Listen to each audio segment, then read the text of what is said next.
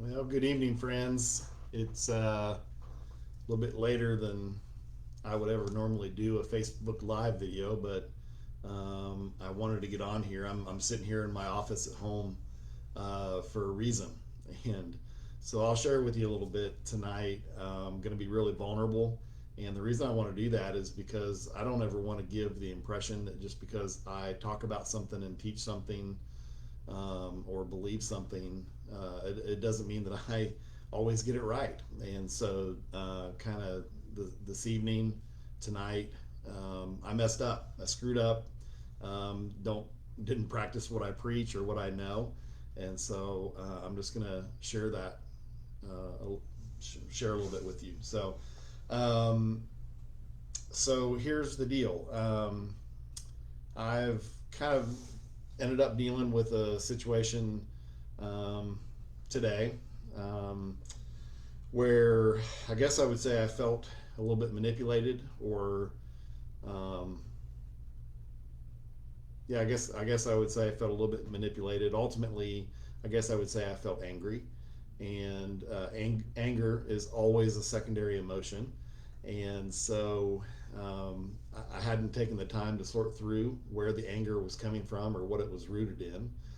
And so as the evening wore on, just some frustrations here around my house. You guys know that if you have a family, uh, every evening is not perfect.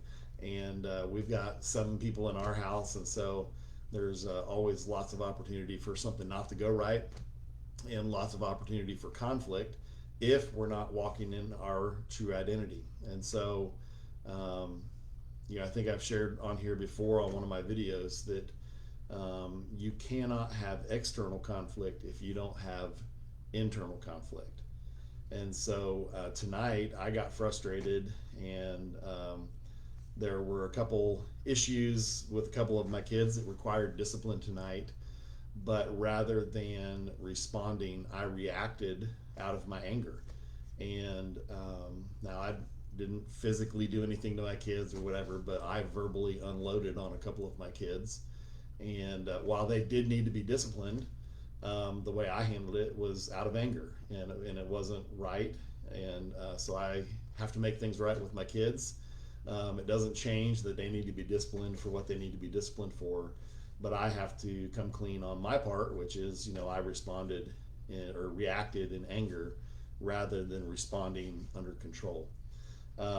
So as I'm sitting here this evening, then processing through these things, the reason I'm sitting here in my office is because I'm in here this evening talking to God and asking God to help me look beyond the reality of what happened, what I saw visibly happen, and what I thought was going on even today that kind of angered me, and ask Him to show me the truth. See, this is this process of renewing your mind so that things can change in form. And the way we renew our mind is we have to take every thought captive and make it obedient. And then once we take it captive and make it obedient, in Romans 12, it tells us that we can be transformed, or the changed in form, by the renewing of our mind. And the way we renew our mind is to confess, which means to tell God the truth, and then to repent, which is to let Him tell us the real truth. It's a change of mind. A renewed mind is a mind to be made new in thinking, right? So I'm exchanging the lies for the truth. I'm exchanging my reality for what's true. And so that's kind of what I'm in here in my office doing this evening. So here's a couple things I wanted to share with you this evening. One, I messed up. Like I said, just because I teach it, talk about it, and teach it to other people doesn't mean I get it perfect all the time. And I pulled up this verse on my phone, just wanted to read it to you. This is James 4:1 in the New Testament of the Bible. And I'm going to read this in the Passion Translation. You can read it in whatever translation you like. But I like this. Just the first verse. It says, James 4:1. What is the cause of your conflicts and quarrels with each other? Doesn't the battle begin inside of you as you fight to have your own way and fulfill your own desires? So you see right there, that's where we get the idea that every external conflict starts because there's some kind of internal conflict. If I don't have internal conflict going on, then I'm not going to find myself in conflict with other people or around me or in my workplace or wherever. The only way that there's external conflict is if I've got some kind of internal conflict. Now, other people may have internal conflict going on also. So all you need to do is get two people interacting that both have internal conflict going on. You're bound and determined to have external conflict. That's just what's going to happen. And so what we have to do is deal with that internal conflict if we want to begin to deal with the external conflict. We can't get rid of external conflict if we don't take care of internal conflict. So the other day I talked about how you can't give away what you don't have.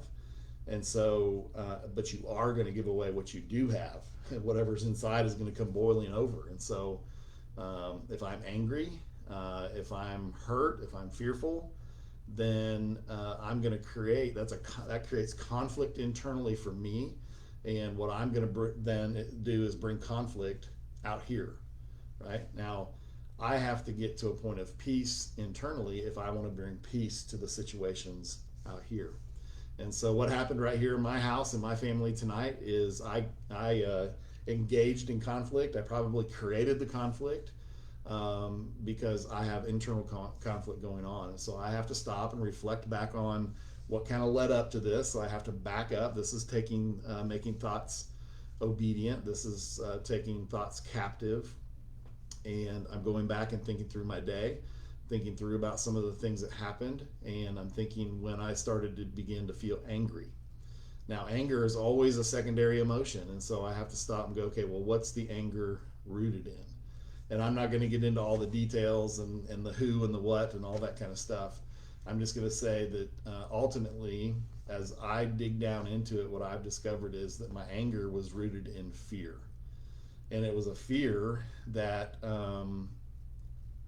that I was being manipulated, that I was being used, I was being made to feel unimportant or not valuable in a situation, and therefore that really creates shame. And shame really is just, we can talk about fear, guilt, and shame, or even pride, but I really believe all of those boil down to some form of fear, and it's ultimately a fear that we're going to die, and die just means to be separated from. And so it's the idea that I'm going to be separated from something that's important to me, or something that matters to me, and it's the idea that I'm losing control, right?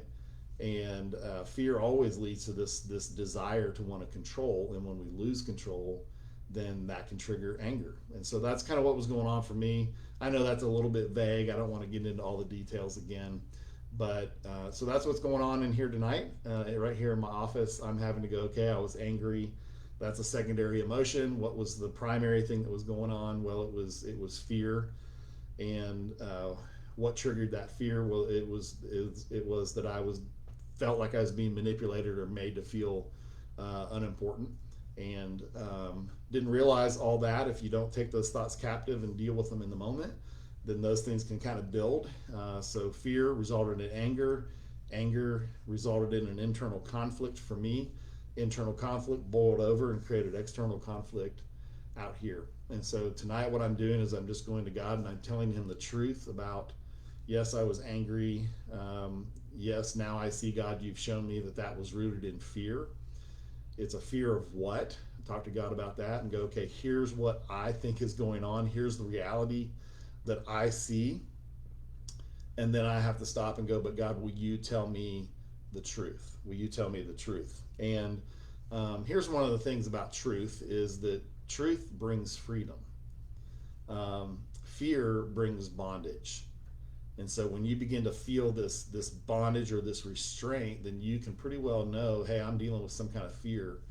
When I feel free, that means that I'm probably operating in truth. That's just a good indicator. Anyhow, we'll talk about some of those things some other day. But I hope some of that made sense. I just wanted to get on here and share, kind of be open and share what was going on with me, and just use that as an example of how we work through this process We don't get it right every day. But thank God he loves me no matter what. He's already forgiven me. I don't even have to ask for that. I just have to go and tell him, man, I messed up. Here's the lies I'm believing. Here's the reality of the situation as I see it. And God, what do you want to tell me? And it's just amazing to sit and listen to him. And it takes faith to believe what it is that he says. It doesn't take any faith to get sucked into the lies and the fear and the anger and the conflict, right? That took no faith for me to do that today. I took it hook, line, and sinker. But when I listen to God, then it requires faith. It requires faith to be able to receive what's true from him. So anyhow, there's a lot more we could talk about, but I've already been on here over 10 minutes, 11 minutes almost. So I hope you'll see this tonight, maybe in the morning. And anyhow, have a great night, and we'll talk again probably tomorrow sometime, maybe Friday, and we'll see you then.